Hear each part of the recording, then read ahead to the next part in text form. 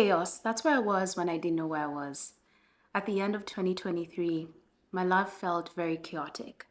I wasn't burnt out, I was just very frustrated.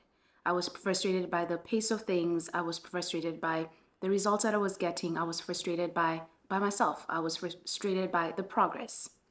And that left me feeling very deflated. Deflated, leaving me with so many questions.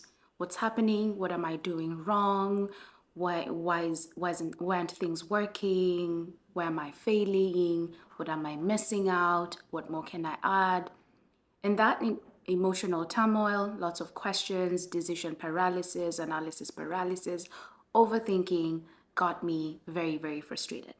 And then I decided to stop.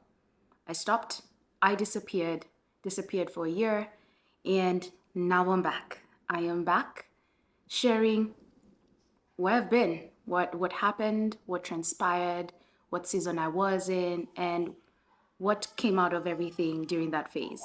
At the end of 2023, everything looked fine. Everything looked perfect. Everything was working well. I was healthy. I was okay. But inside, I was in complete turmoil. So I am typically conditioned and wired to move fast, be reactionary, set goals, set dreams, go for them, work hard, be disciplined, do it all. But at that point in time, I think I had done everything that I could. I constantly kept saying that I cannot outwork anymore. I have done it all. But then something happened at the end of 2023 that made me realize that I needed to recalibrate. I had experienced a major loss. September of 2023 was a miscarriage, and I quickly realized that I could not run at the pace at which I was running at.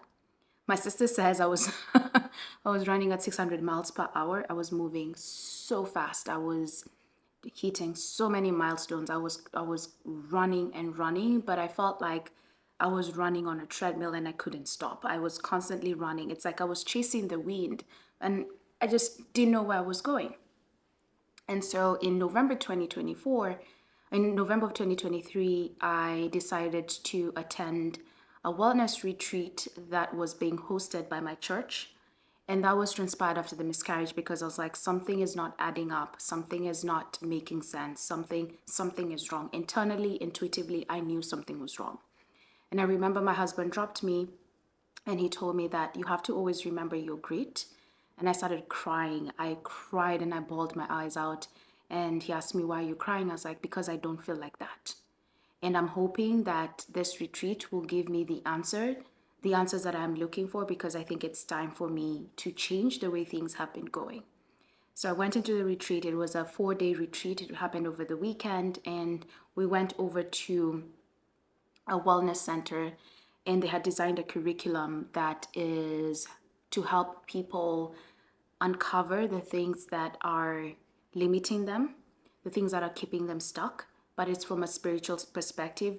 Like literally, it was a retreat to help you know that you are a daughter of God, you are a child of God, you are His child. And it was no phones, no nothing. We were literally being poured into. The retreat was really good. Everybody comes out with different lessons. My lessons were very clear, and afterwards, I felt a huge sigh of relief. I felt like it belonged, and I felt like everything is well, and I felt like I knew what I was supposed to do, and I knew that things were going to happen. So in 2024, I started the year back. I felt a lot more energetic. I felt like I had a lot of peace, and I felt like I did know what I needed to change in order to move forward. Fast forward in February, I think it was like mid-February of 2024, I discovered that I had conceived my baby. This was not planned at all. After the miscarriage, what I did was I decided to surrender. I decided that it's going to happen when it happens, and I'm not going to try so hard to plan for it and make things happen the way that I wanted them to happen. So in February, I discovered that I was expecting. And how I discovered it was really, really cool. It was, when I look back, it was kind of cool because I was just training for High Rocks. I was going to compete at the March 2024 High Rocks competition in Houston, and I was actually doing a weekend simulation where you do the same drill every Saturday, and basically what you're trying to see is if you're actually getting better, because High Rocks is just the same set of exercises, but what you're doing is you're trying to do it as fast as possible. So the simulation was the same. I had done the exact simulation the weekend before, but this weekend I couldn't move. I was stuck. I was panting, I was exhausted. I had not changed anything on that day.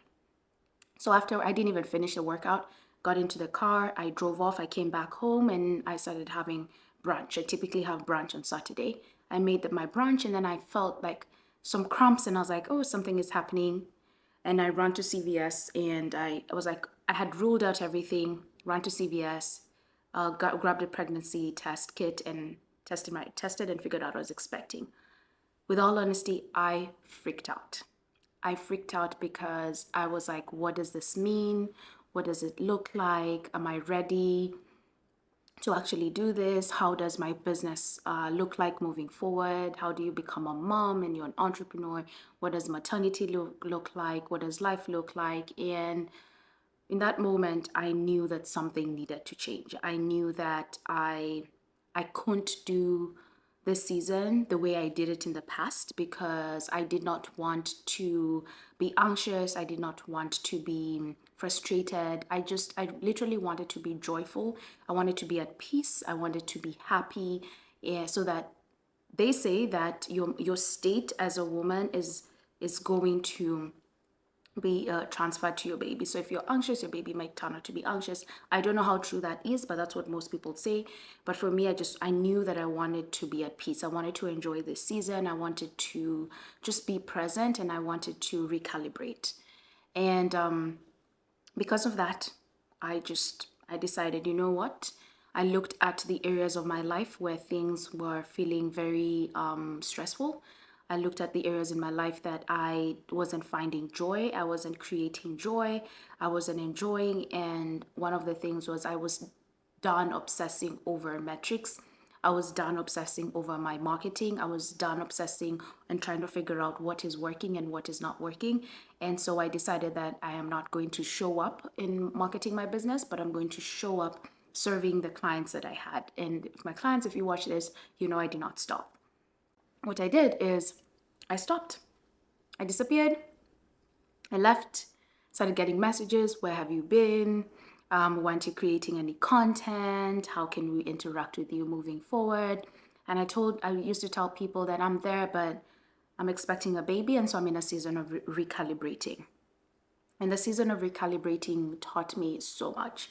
So I went on a social media I went on a social media fast for the entire year. I was barely on social media. I wasn't sharing anything. I wasn't consuming content because one thing is I did not want to be in overconsumption. I did not want to have a lot of clutter in my mind. I wanted to create space to hear what God was saying. During that time in February, I also started a program that's called Freedom. And freedom, the essence of freedom is being freed from something. And this program was being hosted by my church. It's still hosted, and I'm gonna leave all the information down below the show notes for anybody that is interested. You can do it in person if you're in Dallas, Texas, or you can do it virtually if you're across the globe. And this freedom curriculum was completely transformational because it frees the essence of freedom is to free you from something that is a stronghold. And for me, a stronghold has always been just hard, like things being a struggle. And in that point in time, I constantly said that I want to have ease in my life because I want to have favor. I have, so not to have it, but I want to see and embody it, right? Because ease is there. The thing is, you probably are not seeing it and you're not embodying it. So that was the one thing that I said. I wanted to embody ease. I wanted to have it. I wanted to feel like the wind is behind my back and not against it. Because for a very long time, I was feeling like the wind was against me and not behind my back. I wanted this season to be filled with flow. I wanted this season to be filled with rest. And I wanted this season to be a season where I I know whose I am. I know I trust and trust deeply, and truly, truly I'm letting go and surrendering. And so that brings me to, what were the lessons, or what was that season during that year of my year of retreat and sabbatical. So that sabbatical year, I honestly didn't do anything much. I was at peace. It was hard though. It was really hard, especially when you're used to running 600 miles per hour and now you're running at 50 miles per hour, sometimes even walking and not even running. It was a huge transition because when you're not conditioned to take things slow, you actually think there's a problem with inside of you. You feel like you could be doing more. You could feel like you could be contributing more. You feel like you are a failure. You feel like you surrendering is failing. Surrendering is unnecessary. You feel like surrendering is just it's just plain hard. And also you realize that being is harder than doing. And you realize that something somewhere happened that made you identify with doing more than being, and it became a situation where I had to sort of shift my self-image from doing to being. And that's not easy. It sounds easy, but it's not easy, because it's like, how do you be when you're used to doing? How do you be when you're used to running? How do you be when you're used to performing? How do you be when you're used to hitting goals and setting milestones? How do you be when you're used to doing things by yourself? That's how I felt. And so for a period of time, it was actually a point of deletion, and I had to delete everything. Like I mentioned before, I had to delete social. I had to stop listening to podcasts. I had to stop talking to a few people, because I was like, I'm not ready to have those conversations. But I can't even explain why I can't have any conversation. It's just like you're in complete stillness. And so that retreat taught me how it's sort of like I decided to take things into my own hands, and I started questioning how I set goals. I realized I wasn't setting goals to glorify God. I was setting goals to pat myself on the back, to make myself feel like I've accomplished. And I quickly realized that there's a difference between setting goals to glorify God and setting goals to pat yourself on the back. And the main difference is, when you're setting goals to glorify God, you quickly realize that he has already created you as a masterpiece, and he has already gone before you. And what you're doing is you're following his steps. He's already taken the steps. So you're literally walking behind him. So if you're walking behind him, every single purpose and moment in your life right now is there for a reason. So it taught me that where you are right now, you need to learn how to steward it. Where you are financially right now, where you are emotionally, where you are with your circle of friends, where you are right now has been designed for a purpose, and it's your time to steward it. And I want to pull up my Bible, because I think the verse that says it really well is Ephesians 2:10, and it says, "For we are God's masterpiece. He has created us anew in Jesus Christ, so we can do the good things he planned for us a long time ago." Again, everything you're experiencing right now has been planned for you a long time ago. So what you need to do is to recognize that your situation in this moment has a purpose and has been planned for that. So that was one thing. In that season, I realized, okay, every goal that I was setting, every goal that I was accomplishing, for some reason I accomplished all my goals. Even when I was checking my book, I accomplished, but I still felt a deep sense of dissatisfaction. I was so unsatisfied. I was so unfulfilled. And I questioned, like, who told me to set these goals? Who told me to accomplish? What is the voice behind me? And why am I striving? Why am I pushing hard? Again, that's why I say it felt like I'm pushing a rock up a hill and it's not moving. The wind is against me. And it was because I wasn't setting goals to glorify God. And when you don't do that, everything else in your life becomes really hard. And in addition to that, I also realized that when you don't set goals to glorify God, it means that you're trying to really do things out of your own strength. And when you're trying to do things out of your own strength, it gets to a point where life is challenging and you that strength is depleted. You need to be poured in, you need new energy, you need a renewed sense of life, and that can only come from the source. And so the verse that anchored me throughout my sabbatical year was Jeremiah 17:7. And I got this in a dream. I woke up one day and it just kept on saying, go read Jeremiah 17:7. And it said, but blessed are those who trust in the Lord and have made the Lord their hope and confidence. They're like trees planted along a riverbank with roots that reach deep into the water. Such trees are not bothered by the heat or worried by long months of drought. Their leaves stay green and they never stop producing fruit. So when I think about this verse, I was like, okay, I'm setting goals because I want to perform based on my own might. Why am I performing based on my own might? I am basically not trusting somebody. Why? How comes I'm not trusting him? It's because I do not know him. Why don't I know him? Because I've not spent time to know him. But also I had to go back and with the help of the freedom curriculum, I had to go back and understand the root cause of performance. My root cause of performance was because I grew up in the I'm Catholic. I grew up in the Catholic faith, and I when growing up, the Catholic faith for me felt like I had to perform in order to get something. I had to be like this in order to get like this. I did not fully get why I was doing some things in the Catholic faith. I didn't have a really, really deep understanding of why some things are done. I just thought that they're done to perform. And then also, I, I grew up in Kenya, and the educational system is very performance based. Like you have to study, you have to perform in order to rank, in order to be admitted to school, in order to get things. It's a lot of survival, so that you get. It's do this to get, do this to get. Very transactional, and I noticed that I was bringing this transactional relationship into my relationship with God.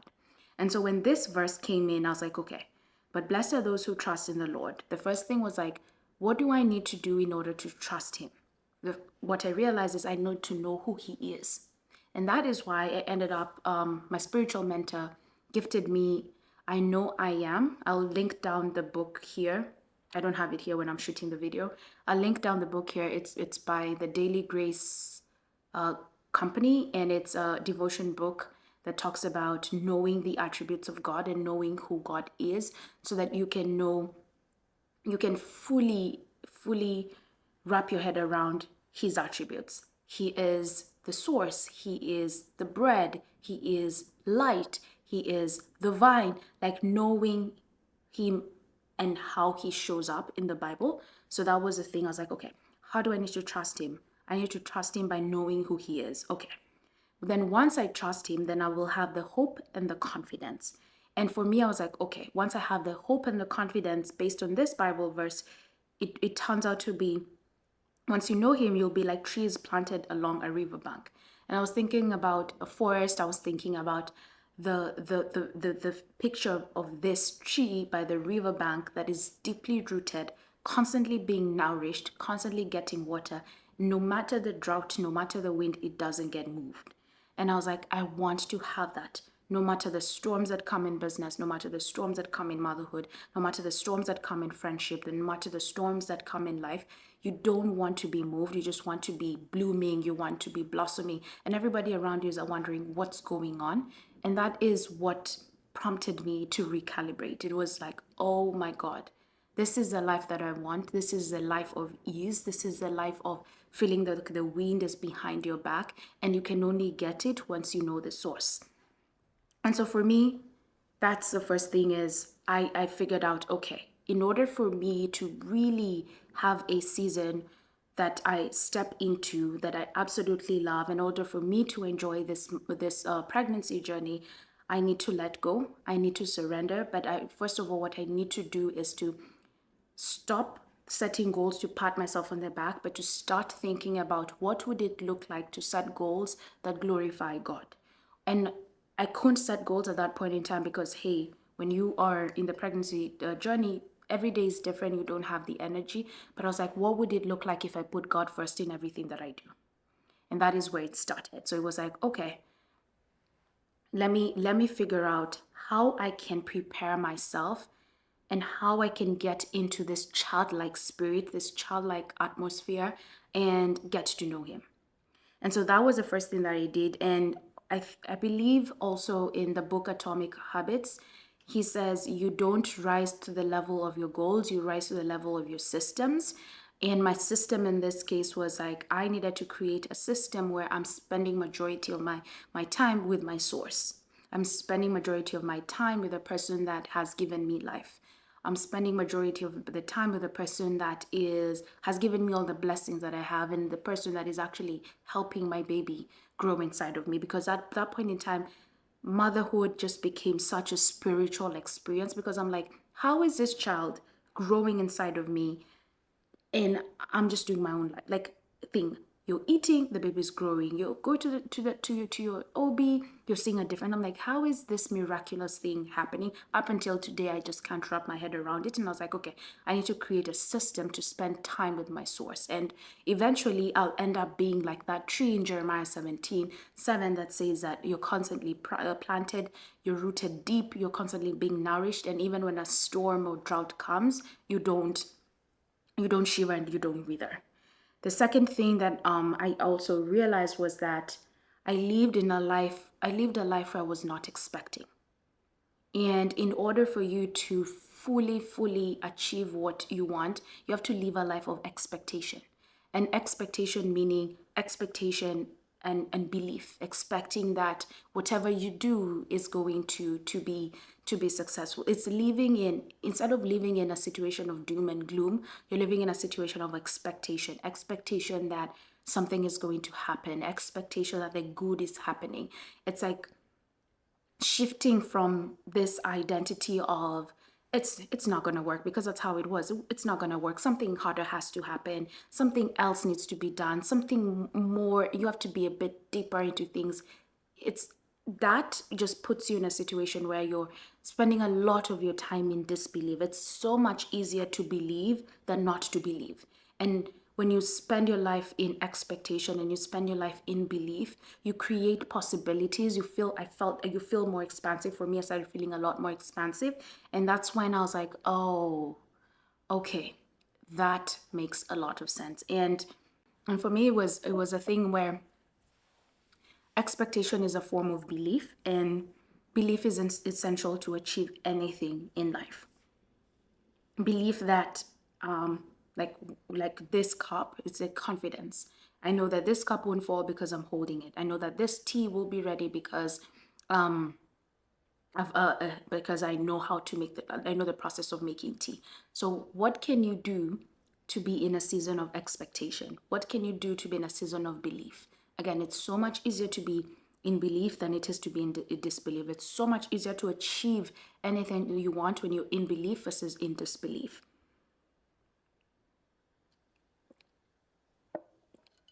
And then the other thing that I realized during this season was 90% of life is all about connection. Like literally 90% of everything in life is all about connection. It's connecting with your source. For me, it was connecting with God. If you want to have a deeper relationship, it's with your friends. It's connecting with your friends. If you want to have a deeper, more success in your business, it's connecting with people. And so, rather than performing, rather than spending time changing things, creating the next strategy, building the next thing, I quickly realized, why don't I spend time connecting? And this one was more from a business perspective, because we live in a world where we feel like when you create content, that's a form of connection. Yes, it is a form of connection in its own way, but it's not the only way to build a business. And so for me, what was happening, what I noticed was when you spend so much time thinking that creating content is a form of connection, you end up having you end up being in a situation where you create content to get, and sometimes you end up being entitled to that process. You're like, well, why am I creating this content and nobody's making a sale? It's something I've also had people tell me, why am I creating this and it's not performing? Rather than creating something to get, why not create something to connect? Right? That shift for me was just like the aha moment. I was like, okay, everything is working, but something is missing, and one thing that was missing was connection. And so in my business, I was like, what would it look like if I just spent time connecting? I also remembered like when I was watching my parents build their business when I was young, they spent a lot of time building relationships. They spent a lot of time connecting with people. They spent a lot of time having coffee chats, tea chats, you name it. And that was a time where social media was not a thing. And I was like, what would it look like if I spent time connecting versus performing versus outputting? And you can output, but your intention of outputting has to be different. Your intention of outputting should not be getting, it should be connecting. And so that took me back to the source of, okay, what do I need to do to start connecting? And how would I build my business if I started connecting? And so this was all the recalibration that was happening inside of me. And there is literally no way I could have recalibrated, grown a baby, grown a business, do everything at the same time. And so this was something that I had to stop, sit down, analyze, slow down, figure out what is happening. And you can only be able to identify this when you take a step back and see the situation for what it is. See how you're showing up in this situation. See yourself first in that situation so that you can take an objective look at everything. And the hard truth about business is nobody is going to see your brand if you haven't seen yourself first. Nobody. That is how iconic brands are built. Iconic brands are built by founders. Iconic brands are built by people. We've shifted from a period of, we've shifted from logos to personalities right now. And in order for you to build an iconic brand, you can only build an iconic brand when you see yourself first. And how do you see yourself first? You first of all have to look at the situation and ask yourself, what is it about myself that is making me not connect with the situation, that is making me not be aligned with the situation? Once you do that, for me, it was like, okay, it's a lot of the get. It's very transactional. It's very output. It's very doing. How can I shift from doing to being? That being, that ease, that just, when people say, just be you, just do, is what creates connection. And that connection is what oozes, it's what people feel, it's that magnetism that you create. And ultimately, it's what allows you to be successful in everything that you do, because branding is all about that. Branding is all about having conviction, making sure that people know your conviction, why you convicted, and helping them buy into that conviction. Without it, you're not going to build a brand. It's going to be really hard to scale. You'll have a commodity, you can sell a commodity, but I think a lot of people want to build a brand. A lot of people want to have a community. A lot of people want to have people with them. And that only comes from connection. Lastly, when I look at how would I summarize that year, it would be, ease is not about effort. Ease in life is not about effort. Ease in life is all about acceptance. I would also say surrender is not failure, because a lot of times surrender is hard because it feels like failure. It feels like you're missing out. It feels like a lot is going to happen without you being there, without you doing something.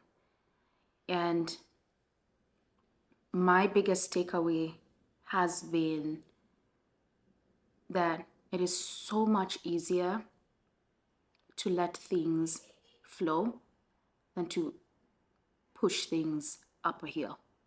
It's so much easier to believe than to sit in disbelief. It's so much easier to expect than to sit in lack of expectation. It is so much easier. It is so fulfilling. It is so comforting. And you actually realize that you achieve a lot more in that state versus being in performance.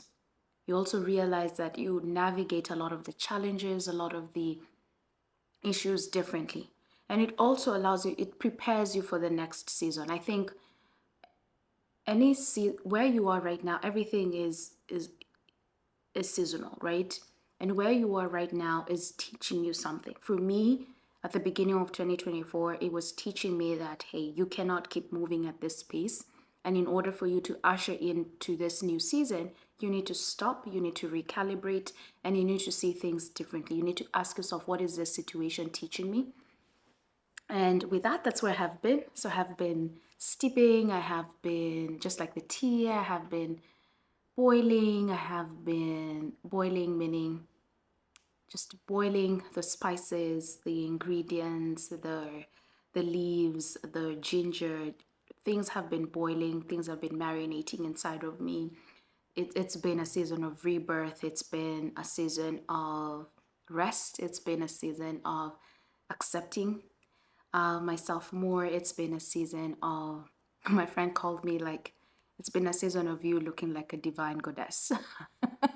And I'll take that because I think knowing whose I am has given me a lot more confidence, has allowed me to see myself differently, and it's also allowed me to not to work too hard, because working hard is just me. It's innate in me. Rather, it's just who I am. I do it. I'll work hard. It's not something that comes out strange, but I want to work hard in the right things. I want to work hard on, be focused on the right channels, the right activities, and the right things. Because at the end of the day, what is mine is mine. What is mine will find me, and my role in life is to just be a disciple.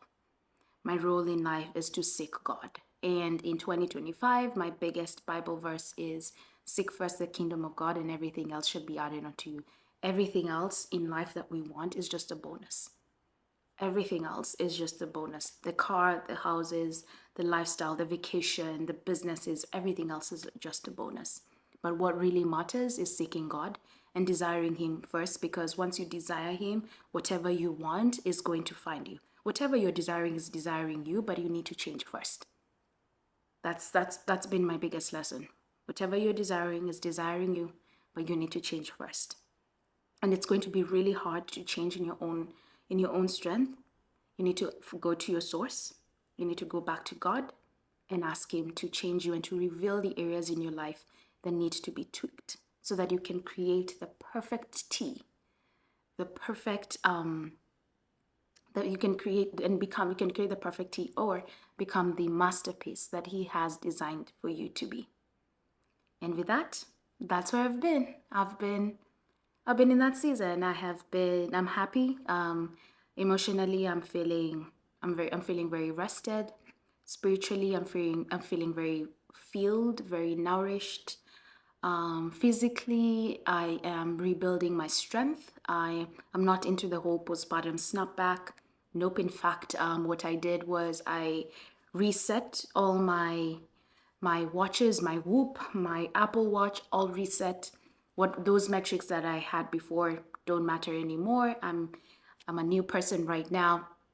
So I'm rebuilding my strength. I am physically, I'm rebuilding my strength. Business wise, I am connecting more. I am planning to spend a lot more time outside. I have quickly realized that businesses are not built at home, they're built through connections. I have joined an awesome community. It's called Entreprenista.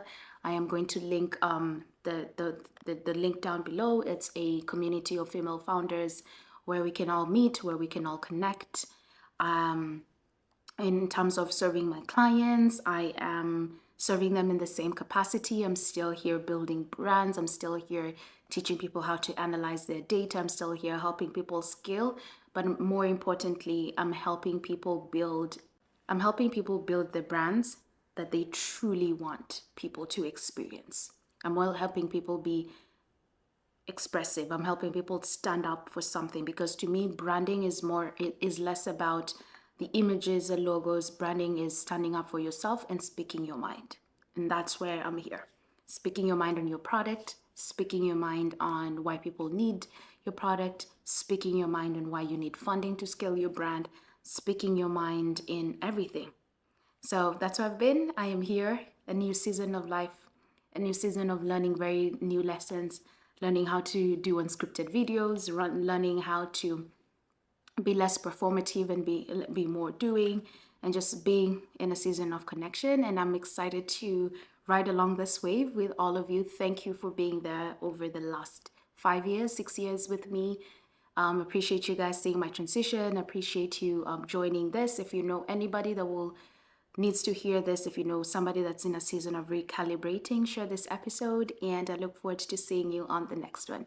Talk soon. Bye-bye. That's a wrap on Build an Obsession Brand. If you're relying on passion alone to grow your brand, you're flying blind, because real success takes strategy.